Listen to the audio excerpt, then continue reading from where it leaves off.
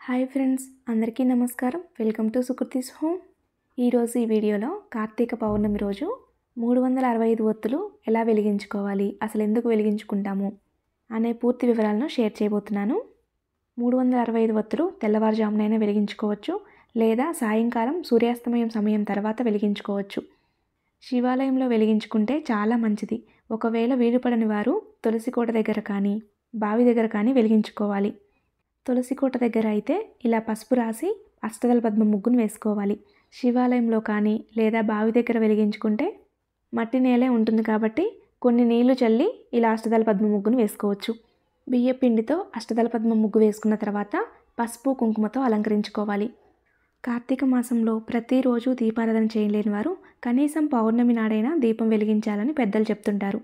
కార్తీక మాసంలో 365 ఒత్తులు వెలిగించుకోవాలి అనుకునేవారు రోజంతా ఉపవాసం ఉండి సాయంకాలం పూజ అనంతరం ఉపవాసం విడవాలి. అలానే దీపదానం చేయాలి. దీపదానం ఎలా చేయాలి అనేది కూడా మన ఛానల్లో ఆల్రెడీ వీడియో చేశాను. లింక్ కింద డిస్క్రిప్షన్లో ఇస్తాను, ఇంట్రెస్ట్ ఉంటే చెక్ చేయండి. ఇప్పుడు ఈ పద్మం మీద ప్రమిదలు పెట్టుకోవాలి. ప్రమిదల్ని కూడా చక్కగా గంధము కుంకుమతో అలంకరించుకొని పెట్టుకోవాలి. అలానే కార్తీక పౌర్ణమి రోజు తప్పకుండా పిండి ప్రమిదలు ఉసిరికాయల మీద కూడా దీపారాధన చేయాలి. అన్నిటినీ కుంకుమ గంధంతో చక్కగా అలంకరించుకొని పెట్టుకోవాలి. ఇప్పుడు ఈ ప్రమిదల్లో ముందుగానే నానబెట్టుకున్న 365 ఒత్తులు కుంభొత్తుల్ని పెట్టుకోవాలి. ఆవు నెయ్యితో నానబెట్టుకుంటే చాలా మంచిది. ప్రతి ఇంట్లో కూడా నిత్య దీపారాధన జరగాలి. కానీ ఆడవారి ఇబ్బందుల వలన కొద్ది రోజులు దీపారాధన చేయలేము. అలానే ఏదైనా ఊరు వెళ్ళినప్పుడు దీపారాధన చేయలేము. అందుకే కార్తీక పౌర్ణమి రోజు 365 ఒత్తులతో దీపారాధన చేయడం వలన ఎటువంటి దోషమున్నా తొలగిపోతాయి. ఈ 365 ఒత్తులు ఇంట్లో ఎంతమంది ఉంటారో అంతమంది కూడా తలా ఒకటి వెలిగించాలి. ఇక్కడ నేను 365 ఒత్తులు ఒకటే సిద్ధం చేసి చూపించాను. ఒకవేళ ఇంట్లో ఎంతమంది ఉంటే అన్ని 365 ఒత్తుల్ని ఇదే పద్మం మీద పెట్టుకోవాలి. ముందుగా పసుపుతో గణపతిని చేసుకొని పూజించాలి.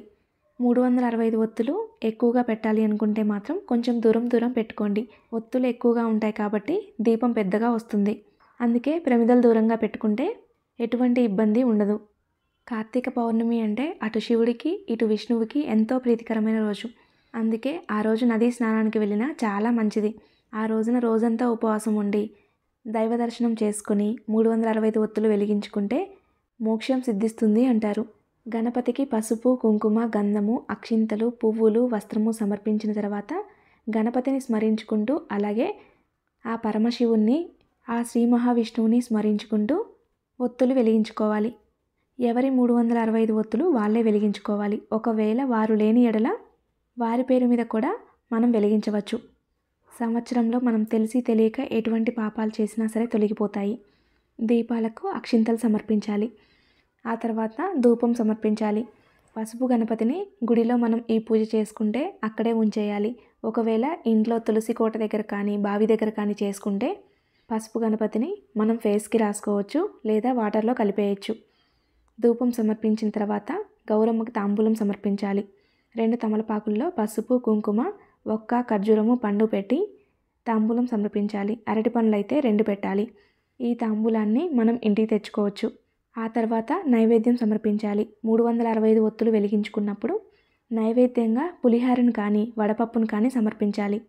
ఎందుకు అంటే 365 రోజులకి మనం 365 ఒత్తులు వెలిగించుకుంటున్నాము. అన్ని నైవేద్యాలు సమర్పించలేము. పులిహార అయితే మెతుకులు ఉంటాయి, అలానే వడపప్పు కూడా చాలా పలుకులు ఉంటాయి. అందుకే వాటిల్లో ఏదైనా నైవేద్యంగా సమర్పిస్తే 365 రోజులు నైవేద్యం సమర్పించినట్టుగా చెప్తారు. ఒకవేళ కార్తీక పౌర్ణమి రోజు ఇలా 365 ఒత్తులు వెలిగించుకోవడం కుదరకపోతే కార్తీక మాసంలో ఏదైనా ముఖ్యమైన రోజులు అంటే సోమవారాలు ఏకాదశి అటువంటి రోజుల్లో వెలిగించుకోవచ్చు. తెలుసుకున్నారు కదా కార్తీక పౌర్ణమి రోజు 365 ఒత్తులు ఎలా వెలిగించుకోవాలి అనేది. ఈ వీడియో కానీ మీకు నచ్చినట్లయితే లైక్ చేయండి, మీ స్నేహితులకి బంధువులకి షేర్ చేయండి. మరిన్ని వీడియోస్ కోసం మన ఛానల్ సబ్స్క్రైబ్ చేసుకోండి. ధన్యవాదములు.